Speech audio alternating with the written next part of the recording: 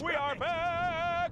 We are getting Doug back! And we're the three best friends that anyone could have. We're the three best friends that anyone could have. We are the three best friends that anyone could have. And we'll never, ever, ever, ever, ever, ever leave each other. We're the best three friends that anybody could have. I mean, the three best friends that anybody could have. That's right, the three best friends. Coming to you from fabulous Las Vegas, Nevada, this is the JuggLife podcast with Chad Wesley Smith and Max Ada.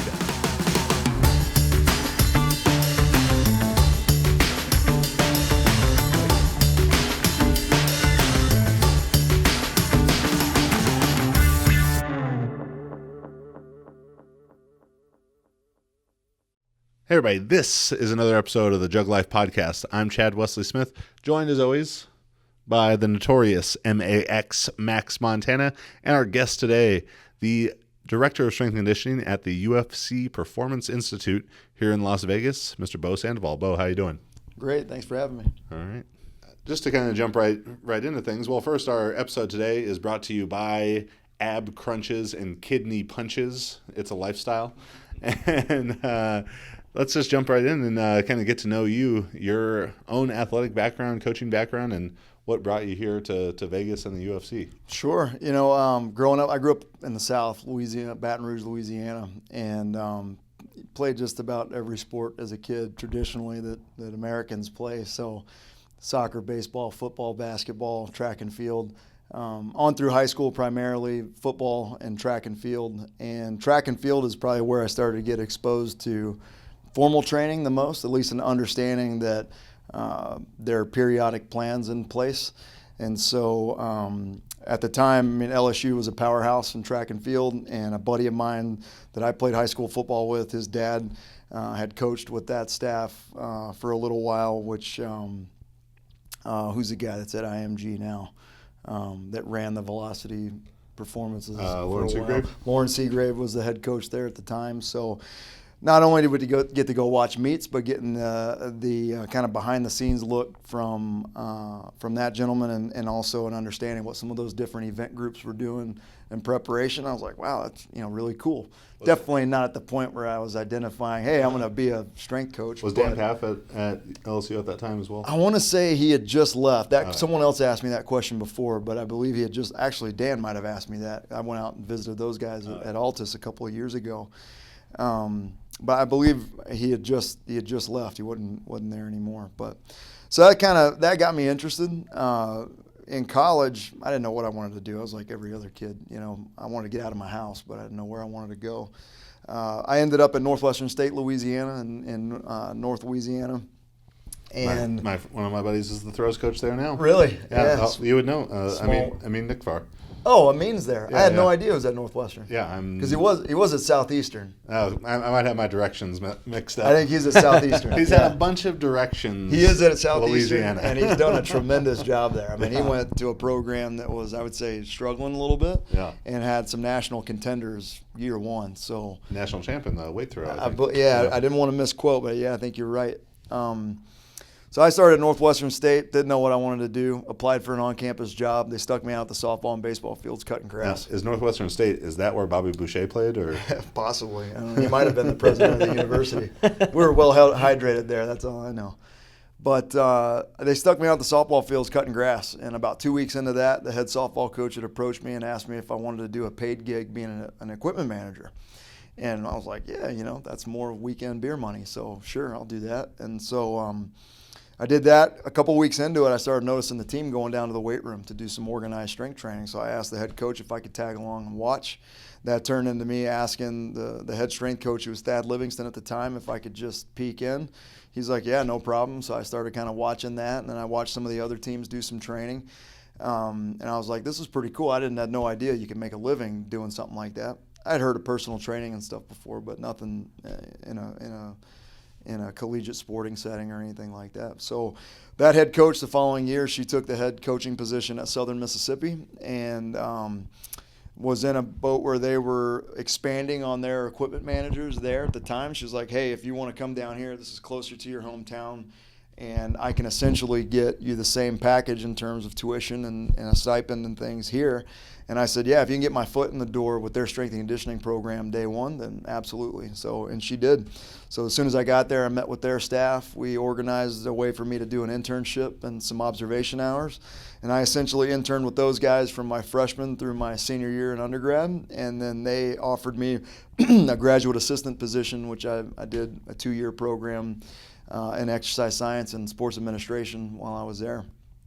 So from there, I ended up getting a position at a small NAIA school in Jackson, Mississippi. Belhaven College at the time, they're a Division II school now, Belhaven University. But I ran their strength and conditioning department for about close to 3 years, and I believe I was their second strength coach they had ever hired. So the first guy was there for a couple years, and then he moved on, and I was there for 3 years. And that's when I got picked up by the U.S. Olympic Committee. So got hired on as a strength and conditioning coordinator at the OTC in Colorado Springs, which basically means you're the assistant to every other strength and conditioning coach in the USOC nationwide.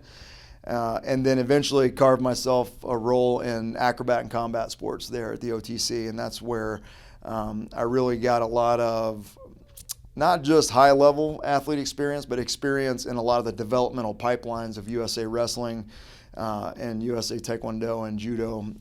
So seeing how those NGBs were organizing some of their talent identification and some of their long-term training from kids that they were identifying at 9 and 10 years old and putting them in a pipeline where they could continue to develop up into world levels, into their late teens. So that was great exposure for me. Spent about just under 3 years at the OTC, and then took a position as the assistant director of strength and conditioning for Olympic sports at Michigan in Ann Arbor, and spent about 8.5 years there. Great experience. Anytime you can spend that much time in one place, it really lets you know kind of how you're growing as a practitioner, and if you're actually installing things that are causing some sort of long-term influence. So that was a tremendous experience for me there. Pretty rare, it seems, to have that type of tenure in the collegiate strength and conditioning. It's a very, very nomadic field. Yeah, it is. It's a struggle. It's tough to not only find a place where you're happy and you can continue to grow professionally, but a place that is willing to invest in you and to allow you to continue to grow in a variety of different ways. And so while we were there, we grew from a staff of 3 to a staff of 11 paid professionals across 32 sports. We picked up 2 additional sports while we were there, in men's and women's lacrosse. And then we added some facilities along the way as well. So they just opened up a world-class track and field / performance venue there right now. If you ever get a chance to see that, it's unbelievable. 200-meter banked hydraulic track indoors with a 300-meter training track around it.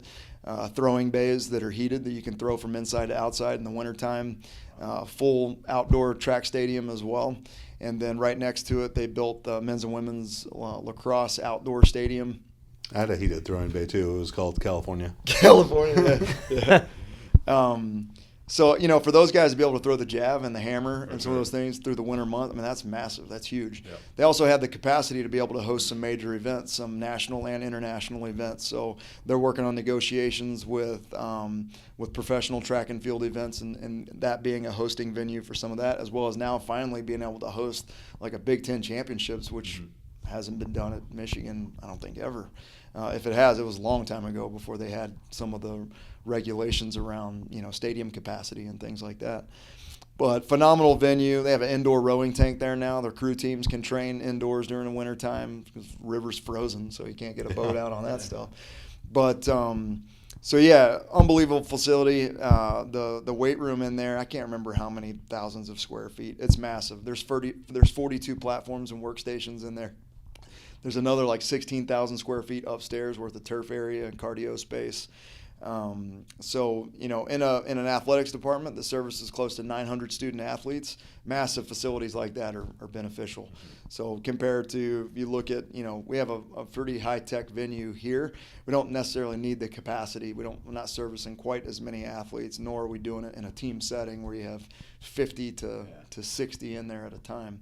So, but that was a tremendous experience, a lot of professional growth for me, and getting to interact with just a ton of great professionals while I was there. And then this opportunity here, so the UFC essentially had a group, a third-party group that was helping them kind of vet and get through, talent identification for some of these different department heads. And some of my work in dealing with some of our national coaches in combat sports through the USOC, that word had kind of trickled around, and a guy got a hold of my name. So he reached out, and we had some initial conversations, which later on turned into some Skype interviewing with the vice presidential crew here. And then a few months later, we were Vegas bound. So been here since about May of 2017. From cutting grass on the softball field to the UFC, that's a pretty remarkable journey there. So in your role as director of the UFC Performance Institute, it's a very august sounding title, but what does that mean? What are you slated or commissioned to do? What is your goal? So I'll clarify a little bit. I'm the director of strength and conditioning for the UFC Performance Institute. We actually have some smarter people that direct the entire facility and the visions behind it. But probably the most attractive thing, and what starts where our initiatives are in terms of what we're trying to influence here, is it's a true high performance setup. So we have a vice president of high performance along with a vice president of operations and a vice president of athlete development. And those three coordinate different areas of how we manage and work and how we interact with athletes in different fight teams and different gyms. So for me, I'd been in and out of places where we tried our best to put together a true high performance recipe, but there's always little things that don't just quite work out. The USOC, we tried again, but it's still very difficult to get entities from athletic medicine and nutrition and psychology to interact with strength and conditioning and the NGB coaching staffs. They've come pretty close a few times, but just there's always little hiccups, and whether it's political or whether it's financial, it is tough in a nonprofit organization to overcome some of those obstacles. I think we did a pretty good job when we were there, but Michigan, another place, tremendous resources, big revenue making university, still some struggles in terms of really being able to break down some barriers. And not all those are in-house. Some of those are, NCAA rules and guidelines.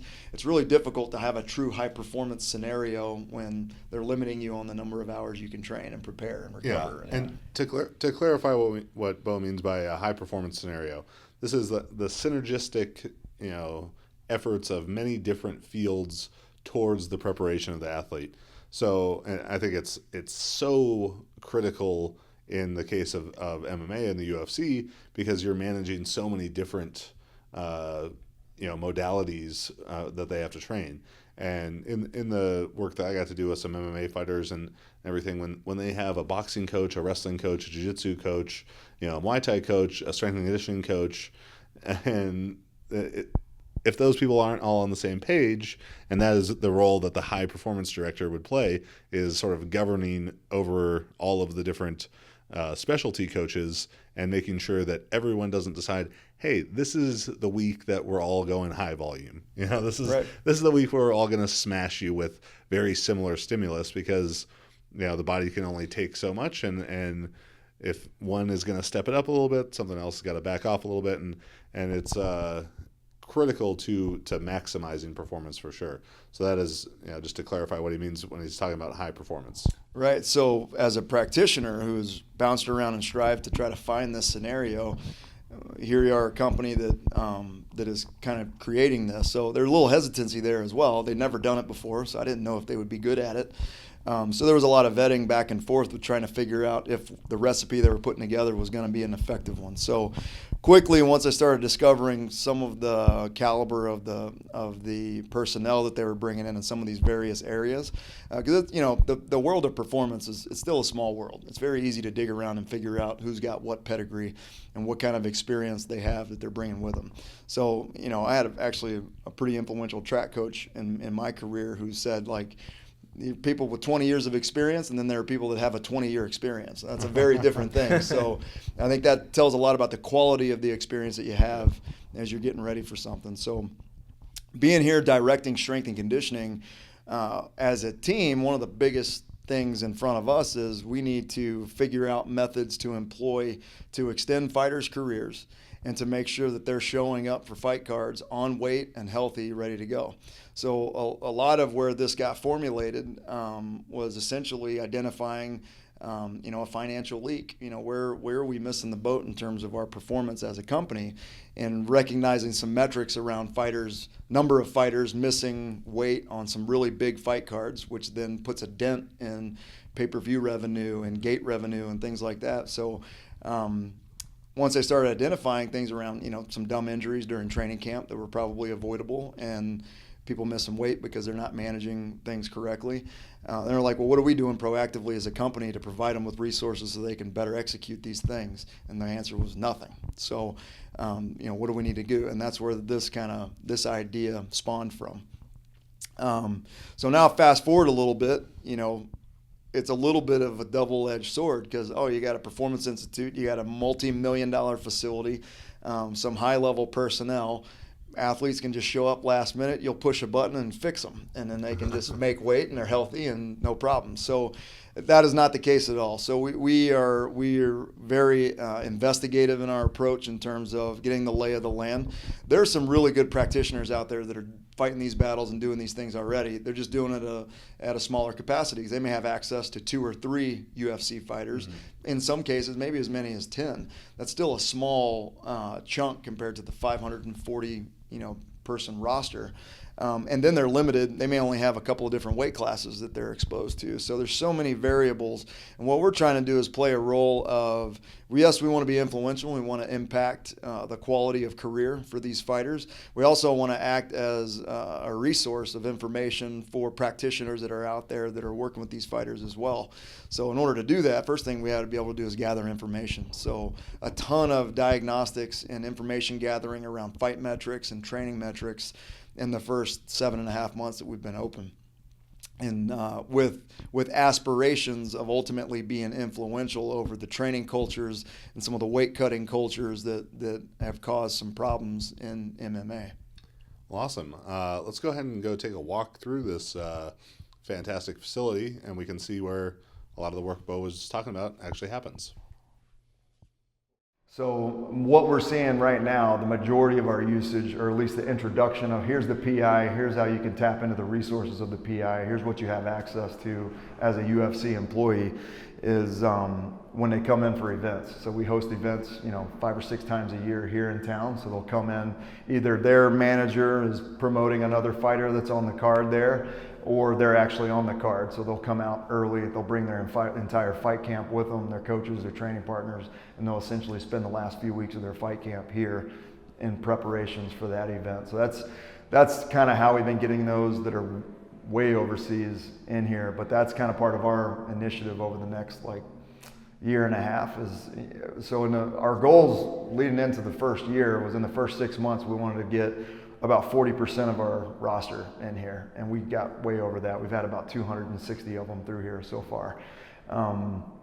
And so now I would imagine as we set goals for 2018, we want to be right around that 100% mark by the end of the summer. Yeah. So, because it's something so new. They've never had a resource like this. They've never had access to anything. Everything they've had, you got to pay for it out of your purse. So it's going to be we got to kind of put it in front of them as much as we can. Now, a lot of success we've had is once we put it in front of them, they're all about it, because we're not, which is odd for them to understand at first, but we're not for any particular fighter. We work for the UFC, right? So we're there to provide services for all of them. And that's tough to understand until you get here and get in front of it and you meet with, some of the different professionals. And the other thing is we're here as a resource and a liaison for their professionals. We have some fighters that have a ton of resources. They have their own strength coaches. They have their own PTs, a nutritionist, whatever, psychologists. Some of them travel around with life coaches or whatever. And we're essentially there to be a liaison, a service provider for them as well. So we can typically get our hands on data and metrics that they can't in their, mom and pop facility that they've got in their local area. So, it's our job to give the fighter whatever they need to be more successful. So if that means helping out their fight team as well, that comes along with it. Awesome. So that's really cool. So this is the main wrestling area. You can feel keep it a little warmer up here. Yeah. So So main bag area, a lot of modular bags, different styles of bags. How's it going? There's it's a full competition size octagon, so it's 30 by 30. It's the same one that they fight in. And then right now we're rocking a pro size boxing ring. So we had an Olympic boxing ring in, which most of the guys that train in boxing clubs, they usually come up in an Olympic ring. We switched to a pro ring. Connor did his last 6 weeks of his preparation going into the Mayweather fight here, and so it was important that he had a couple of extra square footage in there to be able to get ready for the size of the ring. So, and then a lot of auxiliary open space for shadow boxing and then, you know, doing different types of circuits and training things in between rounds and stuff like that. So, oh wow, yeah, all this pull-up monkey bar. Yep. Yeah, just to give them some auxiliary space, and sometimes it's carryover from, you know, if the weight room's full or whatever, then we got some overflow space to do some things in here as well. Just behind the curtain on the other side there's a big press conference room. So that first room we started in is the media holding space, and then the big press conference room is in there. So typically when you see like big fight announcements and, you know, Dana sitting at a table and that's usually in that space there. So we also host educational symposiums out of there. So we hosted the NSCA Combat Clinic out of there as well. It's where we held all of our lectures. And then we also they do fighter education in there around finance and marketing and social media conduct and all that kind of stuff. Do it in there as well. A lot of the UFC social media conduct's a little looser policy than like the NFL. Yeah, you can you know, you can try to lead them to water. But they still, you know, a lot of them, in order for them to market themselves and become, you know, entertaining, they gotta get a little crazy sometimes. It'd be tough to tell some guy like, oh, don't do it like Conor McGregor. No, that's not. That's not how you do it. So we got a few translation booths in there as well. Only, I want to say like 30-something% of our fighters speak English. I mean, it's a small percentage. So if you look at all the different dialects in Europe and the Ukraine, Eastern Europe, and then all the mixtures of dialects that are in South America and Asia, I mean, there's a ton. So that's one thing the UFC's done really well. We don't have any trouble communicating with anyone because there's always an interpreter on hand that we can reach out to that helps with that. Good Portuguese, or? I actually don't do it, but man, I get spoiled because we have software that automatically translates for us, and then if we got a question, we have a translator that's either dealing with their promoter or their manager, so it's usually hands off. I know, so I trained a bunch of jiu-jitsu guys before I started training jiu-jitsu. So I can tell you, Bora Bish, that's a good one. That's like, you know, just like, come on, let's go. Empuje carajo, that's push, motherfucker. So if you need to throw those in. Bundo Grande, that's a big ass. That's important when you're talking to those guys. So we had back when I did some jiu-jitsu in college, we had a guy that his nickname was Ziponi Ching, which means ass weevil. And so he's basically the guy that he's kind of like crawling up your ass the whole time. You could never get him off you, but that's about the only word I know. So again, the theme, second floor, all MMA specific. The bottom floor is all locker rooms and human performance.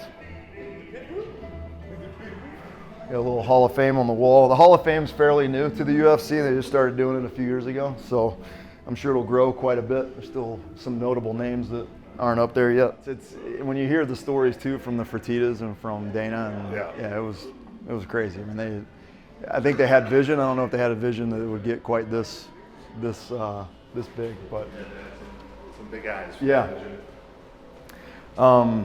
So the main lobby where you guys first came in is right out there. So the logistics of how they set this thing up, they got a lot of inspiration from, for one, when they built this thing, they spent about 2.5 years researching high performance training centers around the world. So they visited over 60 of them. Probably one of the most influential is the Manchester City Football Club in Manchester, England.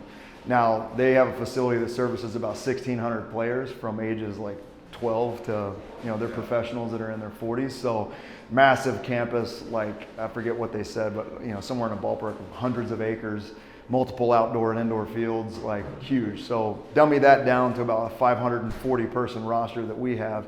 And we've essentially took a lot of their logistical layout and the convenience for athletes and put it into this 15-acre chunk of land and about a 30,000 square foot training facility. So men's and women's locker rooms are kind of the focal point. So it's quick access to get just about anywhere they need from the locker room space.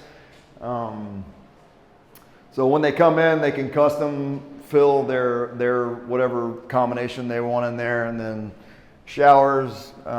You can imagine how important it is to have a check weight scale around all the time. So, and then you know, anything they need as far as just keeping tidy in between sessions. So another thing you'll notice, there's a couple of USADA checkpoint kiosks that are around, so that they can always kind of touch base and tell them where they're at.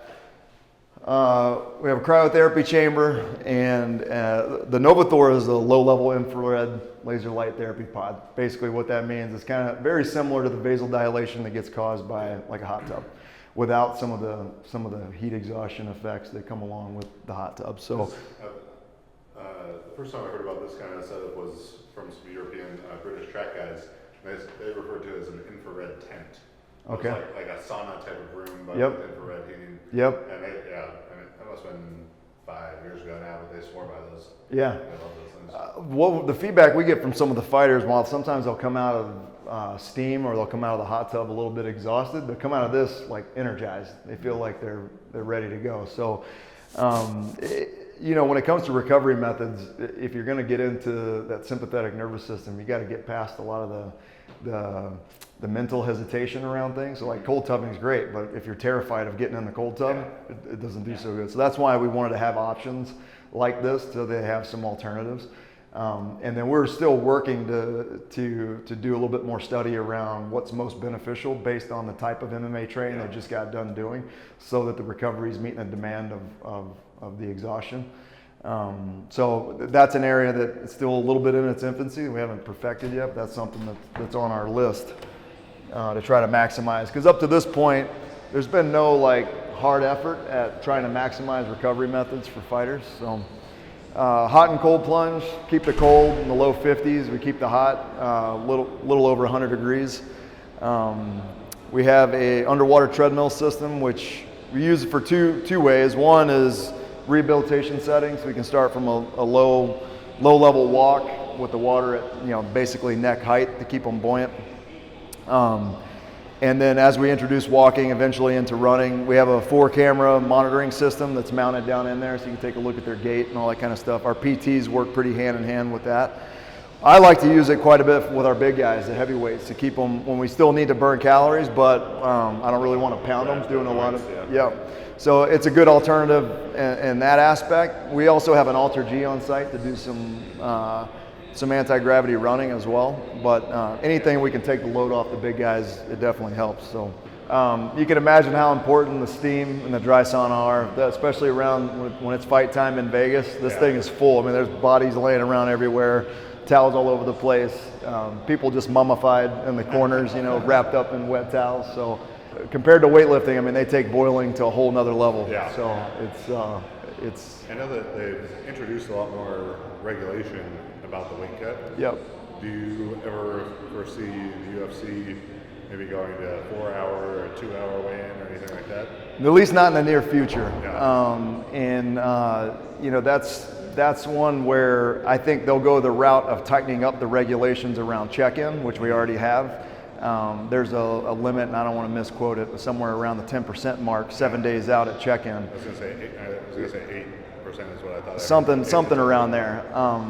But I would see those regulations getting tighter before they start to cut down on, the time between weigh-in and So, but it's that's one of those cultural things that as an institute they're expecting us to provide metrics around, trying to figure out what's the best method where we can still have exciting fights, but people are maximizing their potential in the most appropriate weight class that they need to be in. So it's a tricky one because that's that goes way beyond MMA. That's a 150-year-old boxing culture and wrestling culture that you're dealing with as well. So we have a fueling station right outside, which is managed by our director of nutrition. So they can consult here. They can prescribe, pre-fueling, post-fueling, that kind of thing. But then they also will work hand in hand with our cafe to custom build meals, whether it's breakfast or lunch, sometimes dinner, for the special cases that we're really trying to work to either fix metabolically or just improve their daily habits of how they're fueling themselves. So this is our physical therapy suite. The young lady standing in the back is Heather Linden. She's our director of physical therapy. She came over from the Olympic Training Center in Colorado Springs. And she has an assistant that helps her out as well. So I would say in terms of demand of services, she's probably one of the highest in demand. So we are at the point now where we're actually shipping her and her assistant out at different events depending on where they are, to be able to not only treat but also just interact with athletes, particularly at pay-per-view events. Some of them still are unaware that they have, you know, full-on medical services at their fingertips that are at no cost right here. And so it's funny, she gets out there and interacts with them at an event, and they're like, wow, we have access to, you know, like we can, you know, she's like, yeah, no problem, just come out. And so the byproduct of that is she's pretty much our biggest recruiter right now in terms of getting the roster in here. We do have a partnership with HSS, which is a big worldwide orthopedic hospital. So the nice thing is our athletes, regardless of where they're at, where the event's being hosted, we have access to doctors and surgeons pretty much worldwide. It's, you know, it's a combat sport, so the name of the game is to hurt your opponent. So we're, you know, injuries are going to happen. So it's important that we're able to provide some medical coverage, whether they're in a third world country in South America or in Eastern Europe or Asia. So we have an auxiliary turf space. You know, the weather 99% of the time in Vegas is awesome, but when it is 120 degrees outside, or if it's, you know, there's a hailstorm coming in the weird part of what they call winter, it's nice to be able to get inside and move around in here. So a lot of variety of different pieces that we mess around with here. 2 impact walls you can slam stuff up against. We also have these that we're able to clip in and out of anytime we're doing any kind of band resisted stuff. We hook Raptor systems up to them as well to be able to do bungee resisted stuff out of there too. So it just allows, you know, mixed martial arts is it's kind of like the decathlon of combat sports. So to be able to offer variety is probably one of the most important things in a facility. So that was kind of the thought process between having a lot of different spaces. They essentially hired a third-party company that's all they do is build high-performance training centers around the world. The predominance of what they build is in the realm of rugby, soccer, Olympic training venues, and things like that. So I would say they damn near hit the nail right on the head. There are a few things that we've made some tweaks and adjustments on, but for the most part, they did a phenomenal job in terms of thinking out the space, thinking out little logistical things like sound and light distribution and keep climate control and things like that. So things that are pretty important in terms of being able to host fighters and getting them to enjoy wanting to be here. If you have a training facility and it's averaging 65 degrees inside, fighters aren't going to want to train there. I mean, you know, we have fighters that come over from gyms to do some of their grappling and some of their striking just because at certain times of the year they don't keep the gym warm enough, so they come over for that. So it was important that they got a lot of those finite details correct so that it would be an environment those guys want to come in. They're definitely not used to seeing, this can appear as a very Rocky IV-ish looking white collar kind of a training facility. They're not used to They're not used to seeing that. So once they get in and we can show them the details of why it's specific for a fighter and the preparation for a fighter, then they quickly fall in love with it. So that's been important. But they did a great job of ironing out some of those details. The cardio space, again, a big key for us is variety. So high impact, low impact. Whether we're working towards some kind of metabolic or conditioning goal, or we're just simply managing weight and the weight cut.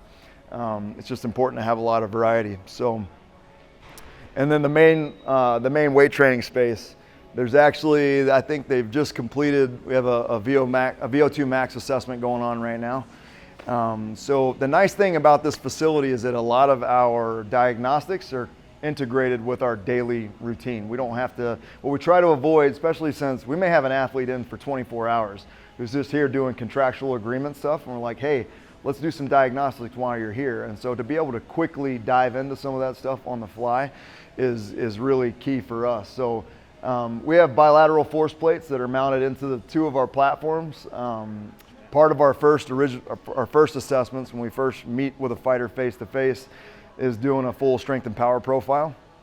So that consists of an assessment of reactive strength. So we do a 40 centimeter drop jump on the bilateral force plate, a counter movement jump, a mid-thigh isometric pull, and then we use an elite form system that's mounted on the rack to measure bar velocity doing a speed squat. So we do a 3 repetition, 3 set, progressively loaded speed squat to start to build a power curve. So that's something that we'll track over time. So we get kind of a baseline and a very sub-maximal load, and then over time we'll increase those loads and start to build more of a comprehensive power curve, essentially seeing how they react to different loads during different times of the training of the training paradigm. So that's what our current strength and power profile consists of. Now, while it sounds complete, for us it's very rudimentary. It's a basic physiological profile. What we're working on as a group is building things that are much more skill specific to MMA fighters. So taking this raw strength and power profile and then also matching it with a more specific kicking, striking, sprawling, clenching, those types of things, and assessing those things specifically. Strength and power, that tells us about the capacity of an instance, right? A strike or defending a takedown, which happens instantaneously, which when it comes to the metabolic breakdown, it's a roller coaster ride when you talk 3 5-minute rounds, or in the championship fight, 5 5-minute rounds. So right now our metabolic profiling is busted down into a 3-part assessment. So first we take baseline blood lactate, which we have a blood analyzer in the lab as well. We get a baseline sample. We do a submaximal step test where essentially they're in 2.5 minute stages. So every 2.5 minutes we're taking a blood sample. The next 2.5 minutes the speed goes up a little, but it's still all 4 stages are really submaximal. And we're essentially trying to get them to that 4 millimoles of blood lactate, which is kind of a universal number that's used across all sports, to see how quickly they get there. We have some fighters that get there in 2 stages. We have some fighters that go through all 4 stages and don't hit 4 millimoles. So that tells us a little bit about whether you call it talent or whether you call it their development as an athlete. Tells us a little bit how they accumulate lactic acid. Then we do a traditional step test, VO2 max. Every minute the intensity is going up. Not all of them are great runners, so we can perform the test on a bike or on the treadmill. On the treadmill, once the gait starts to break down, we'll just increase the incline versus continuing to increase the speed. But yeah, so once their technique starts to break down, we just increase the intensity by picking up the incline. So once we hit a maximum, our metabolic cart, we can essentially through gas analysis, we can figure out when they're hitting VT1, which ventilative threshold 1, which is essentially when their body starts to really accumulate a fair amount of lactic acid, and then VT2, which is when their body essentially makes the shift. They can no longer buffer the lactic acid. Now they pretty much become purely aerobic at that point, purely O2 driven. So for us, it's not necessarily, we're not looking for fighters to have just this giant VO2 max. I mean, if you look at elite marathoners, they're like in the low 80s, whereas about the highest we've assessed so far from some of our fittest fighters, around 61, 62. It's more so where those percentages lie, that VT1 and where VT2 occur in relevance to that maximum. And then also what the distance is between them. So if VT1 is at 86%, which is a really good number, but VT2 is at 88%, that just means that they have a long threshold, but once they hit it, they basically fall off the cliff. Whereas these fighters need to be able to not only tolerate lactic acid, but sustain a very high intensity of work for prolonged periods of time, because as you know, I don't know any fighters that are trying to pace a fight. Most of them are trying to push the tempo as much as they can. So once we have that maximum, we have those 2 thresholds, then probably the worst part of the test, they still have the mask on. They basically got to they just stop. They have to hang their hand off the side, and we stab them 5 more times on the minute, every minute, to get a look at blood lactate recovery. So we start to see how quickly their body can flush it out, just as much as we're taking a look to see how quick they accumulate it in the beginning.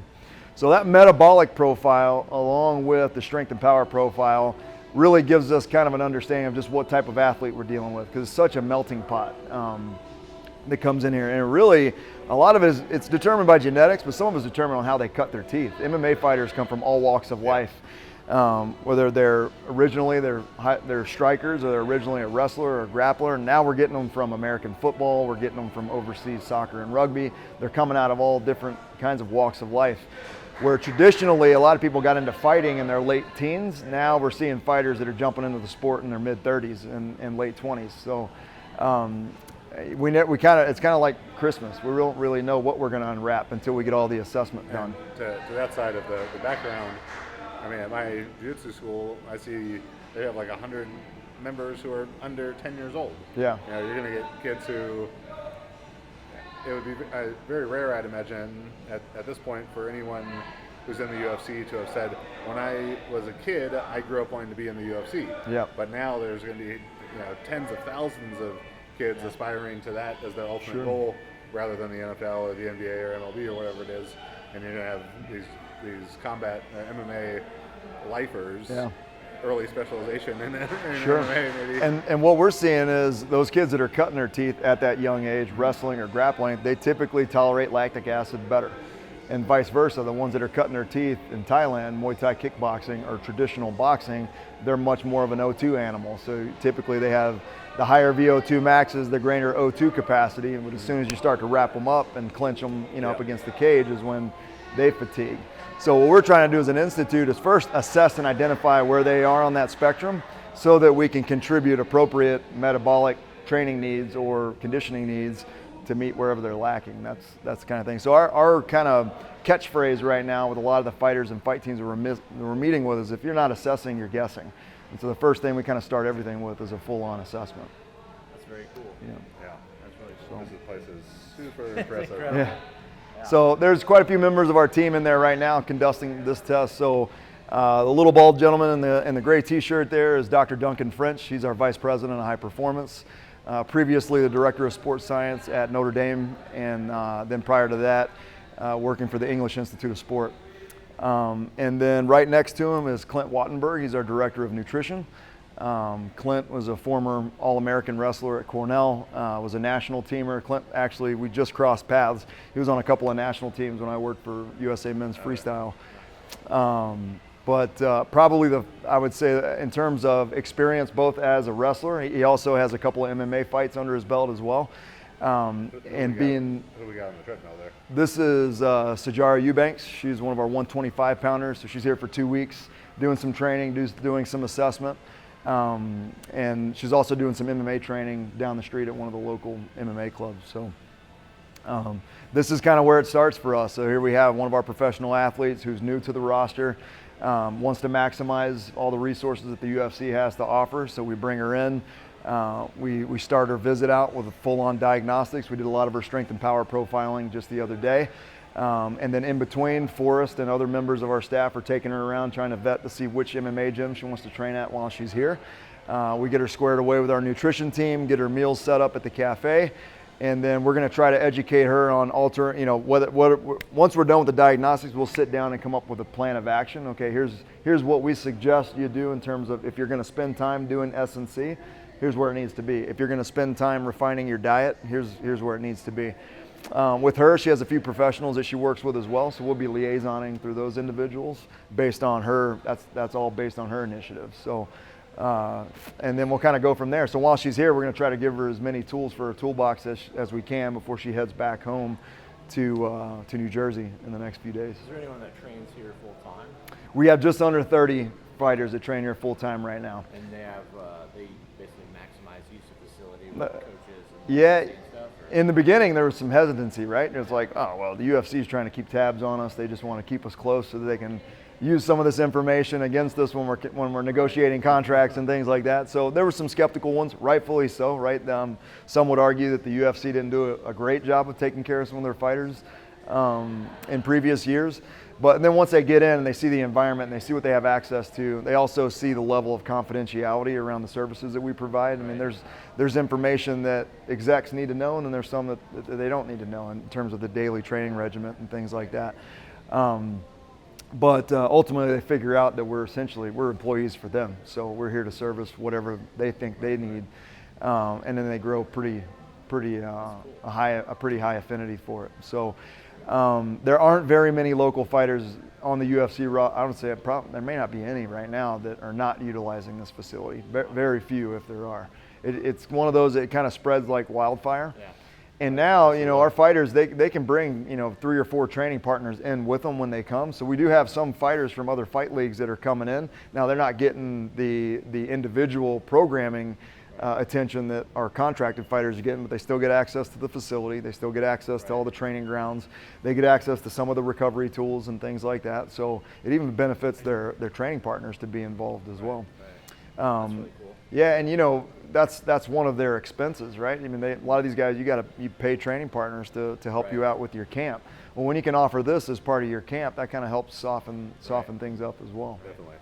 Outside, we have 4 bay doors that we can quickly open up to access getting outside. Like I said, I mean, 90 to 95% of the time, the weather's great here. Blue skies, sunny. We have a 2-lane, 50-meter track that runs alongside that exterior wall out here.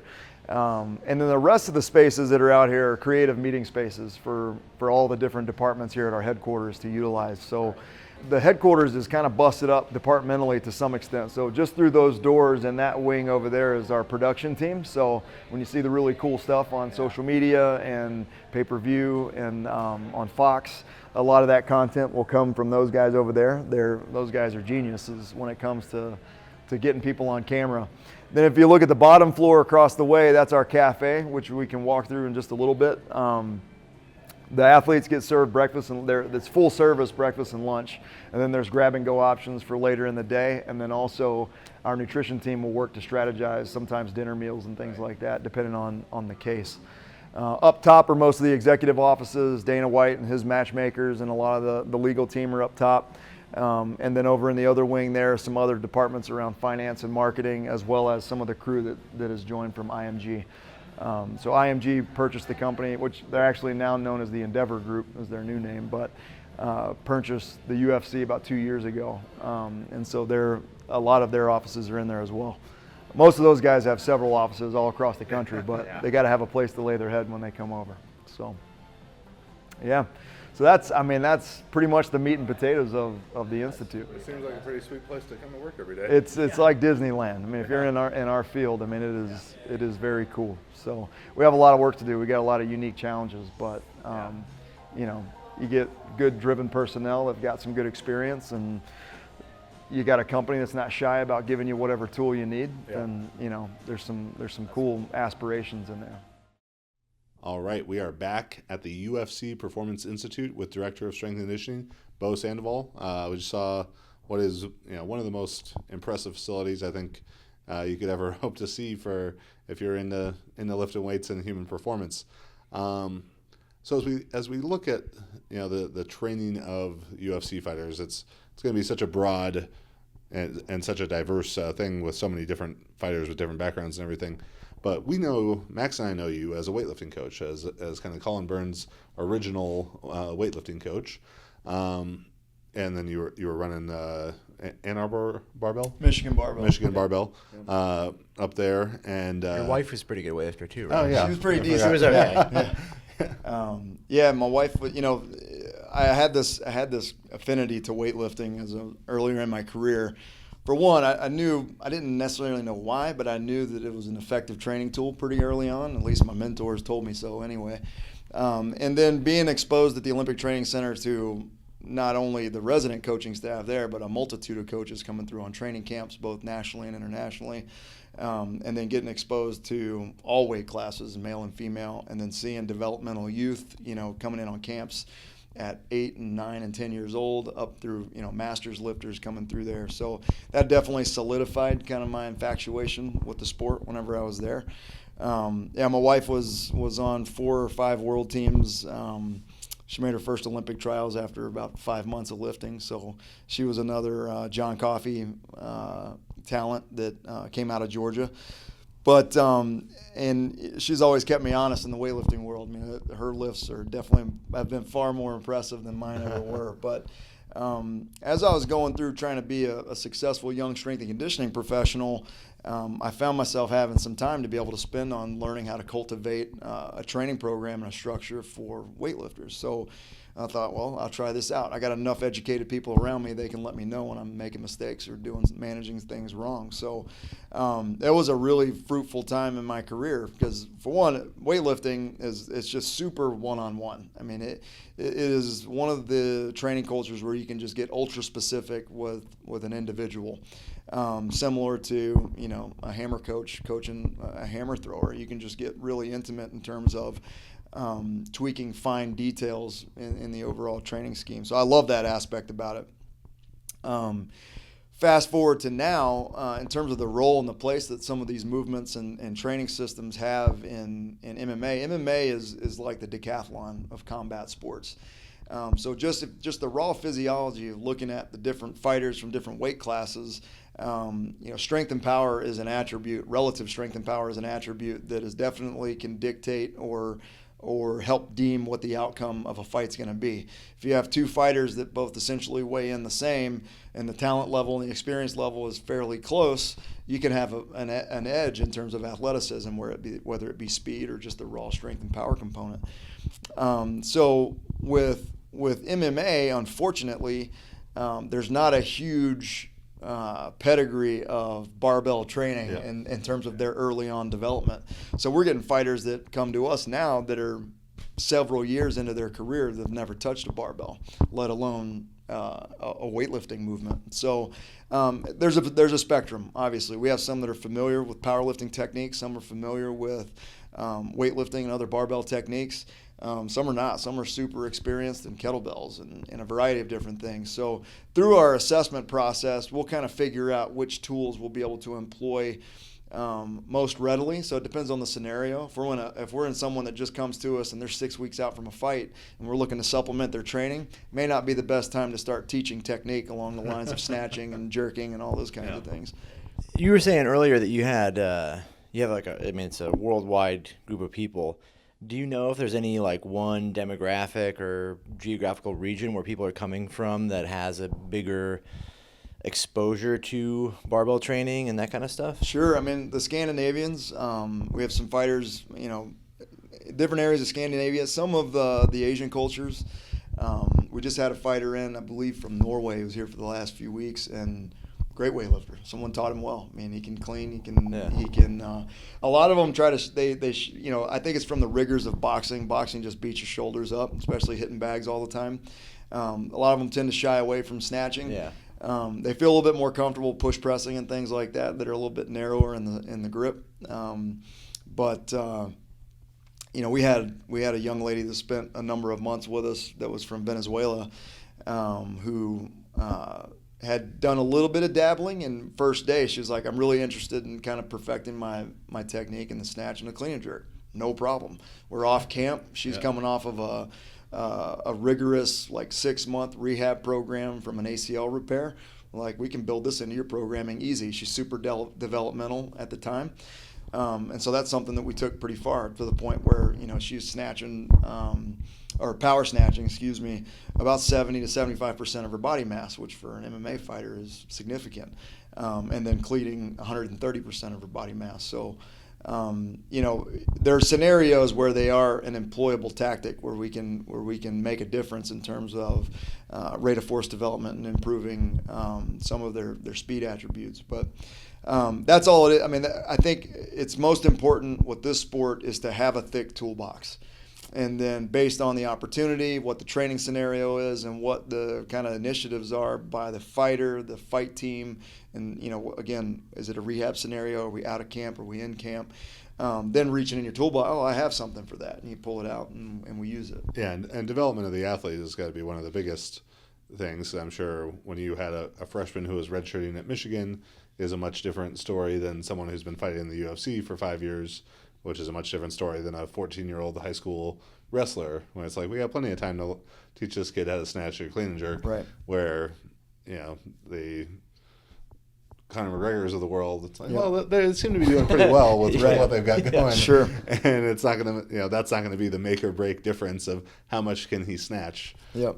I think it becomes such a debated topic, and what I really like to see with someone like you who has, weightlifting pedigree, is coaches so easily, they want to do with their athletes what they do themselves. Mm-hmm. If I do powerlifting, so I want to train athletes like powerlifters, or I do weightlifting, I want to train athletes like weightlifters.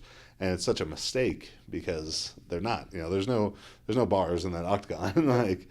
So I very much appreciate that, and I'm refreshed by that to see. Yeah, well, I mean, one thing there are a lot of things we're trying to uncover. One thing that I can pretty much guarantee is I can't put people to sleep quite as easy as Connor can. So, one thing you have to ultimately do when they first walk in the door. You got to respect the fact that they are elite. If they're at this level and they're in our league, they're very good. They've been identified by someone as being an elite talent in their weight class. And so we need to be influential over physical attributes that we can be influential on that are not going to deter this skill set and this talent that they've already got going their way. That's what they get paid for. And so it's one of those sports, kind of like weightlifting. You spend months and months and weeks training and perfecting your skills and working on little attributes for, just a small time of action. Even less than, weightlifting, you get 6 attempts and that's it. Yeah. These guys, most of their fights, they get 15 minutes, and it doesn't matter what you did for 60 hours a week the previous 10 weeks. So it's important that we economize their time, and it's important that everything we do is in a positive, influential way over their game. And so that's where you really got to have a 30,000-foot view of where we're at in the timeline, what the goals and initiative are of the fighter. You got to understand that they're driving the vehicle, and we're essentially, we want to be up in the front seat. We want to prioritize performance, and we want to prioritize health and wellness and the diet, and really trying to extend the longevity of their career. You still have to respect the fact that they're really, really good at what they do, and they've gotten there by doing some of these things that they're doing. So we don't want to totally scrap everything. We just want to be, in a very periodized fashion, influential over time. And the sport of MMA is very young, relatively, and as we're talking about things that the fighters may have done before they arrive here and not wanting to scrap everything. Anyone who's kind of followed along and seen these wild ass kind of circuits and stuff that people do, what is one thing from the world of MMA training that you in this role are hoping to help scrap? So probably the best and the worst thing about most of these fighters is they're fearless. They are who they are for a reason. Now the bad side of that is they'll do just about anything. If I say I'm a reliable source of information around training, do this, they'll typically say, how many times? How many times do you want me to run through that wall? So the nice thing, it is one of the spongiest cultures that there is. If you've got a bit of education to spit, they're there to soak it up. It's incredible just how bought in they are to the process. The downside of that is sometimes it can be gullible. Any Joe Schmo that opens up a gym can say, hey, I'm going to show you how to be the most fit fighter. Yeah. We're going to do things that are harder than, Navy SEAL training. Well, they're not going into combat and they're not dodging bullets. There's no risk of drowning or anything like that. We don't need to suffocate them. Although strangulation is one way that you win fights. But,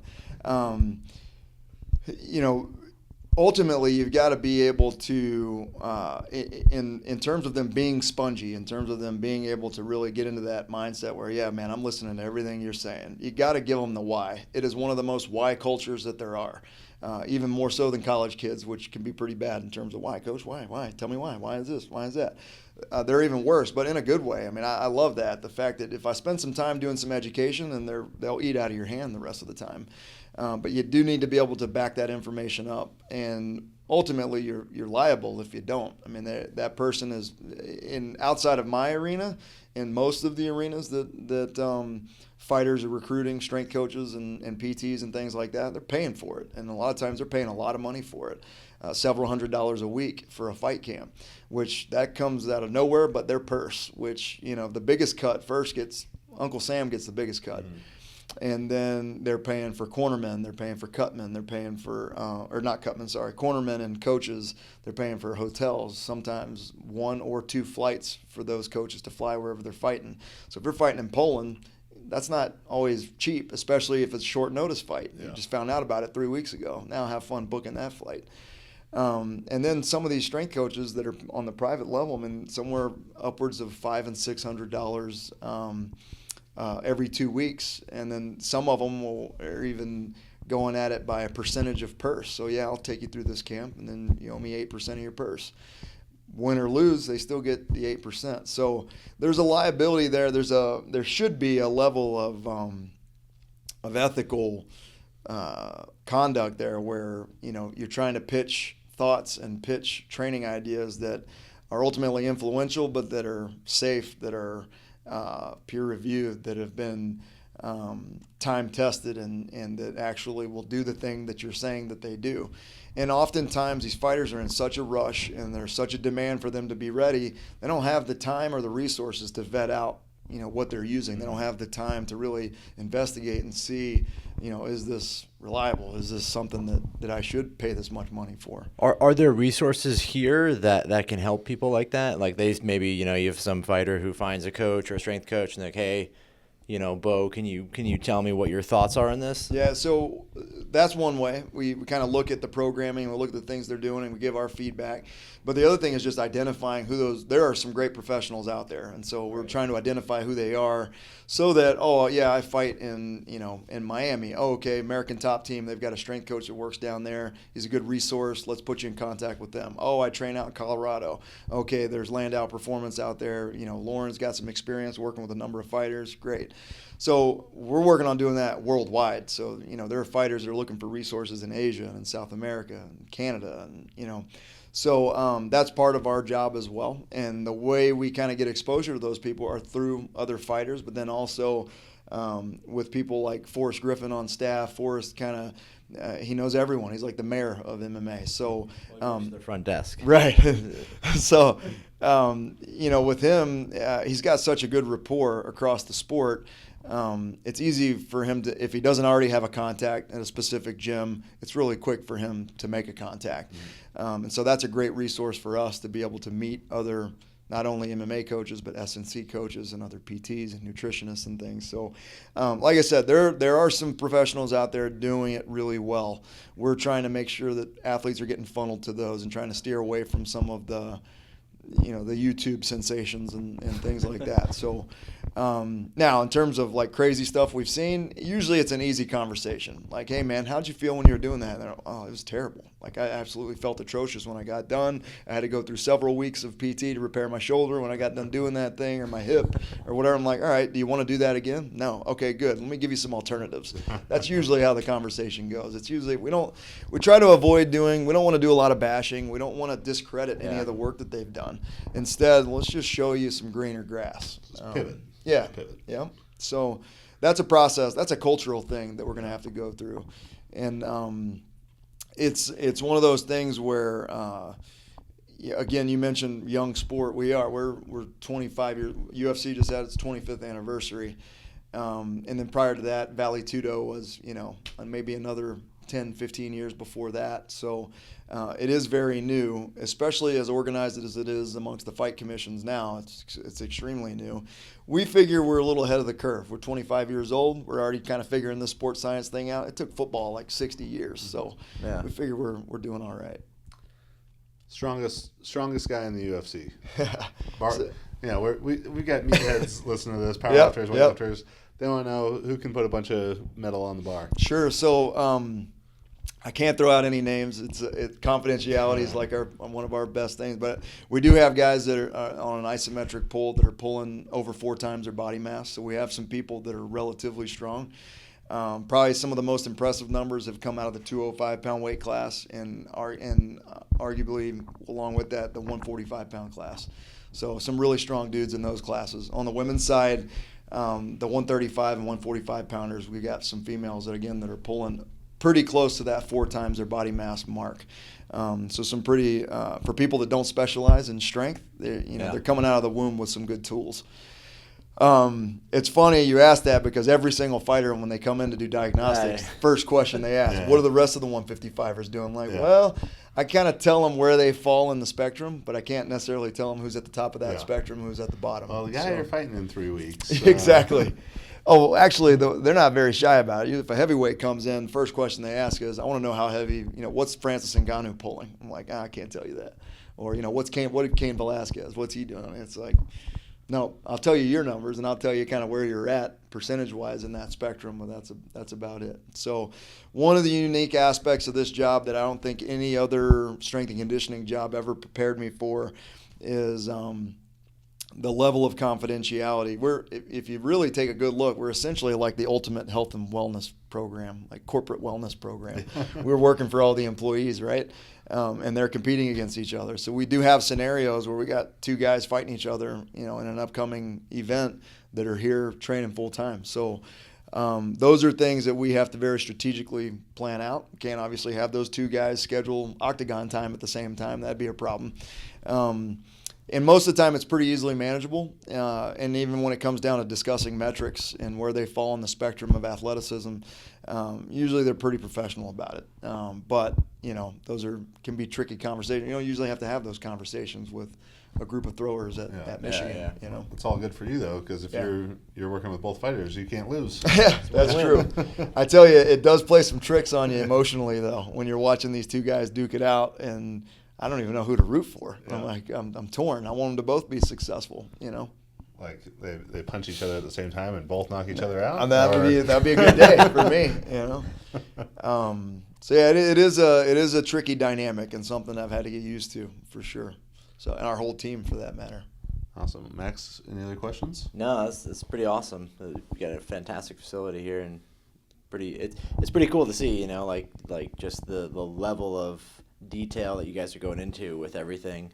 Sometimes you come into the facility and you kind of look at it and you're not sure if it's going to be, like a strength and conditioning in some kind of like university where you're like, a lot of it's for fluff, but what you were describing to us, like the hospital stuff, the diagnostic stuff, like it's incredible. Yeah, seems like you guys are nailing it. Pretty one thing that I've learned, this might turn into something. Yeah, who knows? Yeah. One thing I've learned that with coming to this company, and it's something that the executive team said to us when we first got onboarded, is that when the UFC does something, they definitely don't go half-ass. Yeah. So, and that has been evident from watching how they put events on to how they organize, gatherings for the fighters, whether it be, the retreat weekends and things like that, to just how, they did a local event when we had the May-Mac fight, where they brought like a 300 square inch or something screen out on the amphitheater outside and hosted this big viewing party for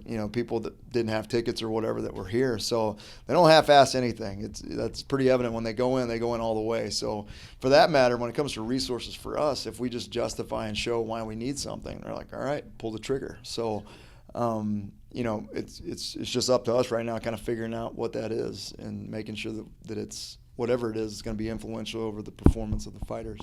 All right.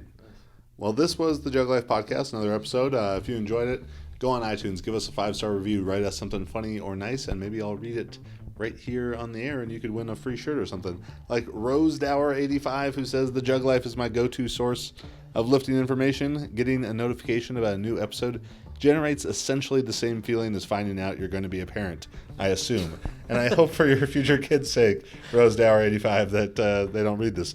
But if you're looking for unbelievable amounts of humor and attractiveness to boot, you've come to the right place. So thank you. Send me an email, chat@jtsstrength.com. We'll get you out something as a thank you for that. Go give us a good review so more people can find the JuggLife. We've got a couple upcoming events. Marissa and I will be in Australia, Brisbane on the 11th, Canberra on the 13th and 14th of March, and Melbourne on the 16th. You can sign up for those at store.jtsstrength.com. And then Max and I will be in New York at JDI Barbell on March 23rd and Outlift Athletics on March 24th for JuggLife Live. You can also find those in the events section at store.jtsstrength.com. If you're interested in online coaching for powerlifting, weightlifting, super total, or our new power building program, find out more about those at juggernautcoaching.com. And as always, we are proud of the content we produce here on YouTube, thanks to the world's strongest videographer, Shorty Sedang. 3 videos a week, Tuesdays, Thursdays, Saturdays. Make sure you set some sort of notifications. That's probably a thing that you can do on YouTube. Yeah. YouTube will let you know that we had a new video. And you can go check those out and find the JuggLife on iTunes, Spotify, Stitcher, iHeartRadio, and thejugglife.com. Bo, if they want to learn more about you, find you on social media, stalk you in any way? Sure. Instagram is bo.sandoval. Creative. Yeah, that's me. That's my marketability right there. Twitter is Oli Strength, so Oloy Strength. But I throw my email out there too, so anybody in the MMA community has questions around the PI or anything, it's bsandoval@ufc.com. I try to get back to my email as quick as I can, so if there's a little bit of delay, don't get discouraged, but I'll definitely get back to you. You can find me on Instagram, Max_Ada, or Facebook, And if you have any questions about the online coaching, you can email me, max@jtsstrength.com. And I'm Chad Wesley Smith, at Chad Wesley Smith, and at Juggernaut Training on Facebook and Instagram, filling up your news feed all day. This was another episode of the JuggLife podcast. Thanks for watching or listening, hopefully both. And we'll see you next week.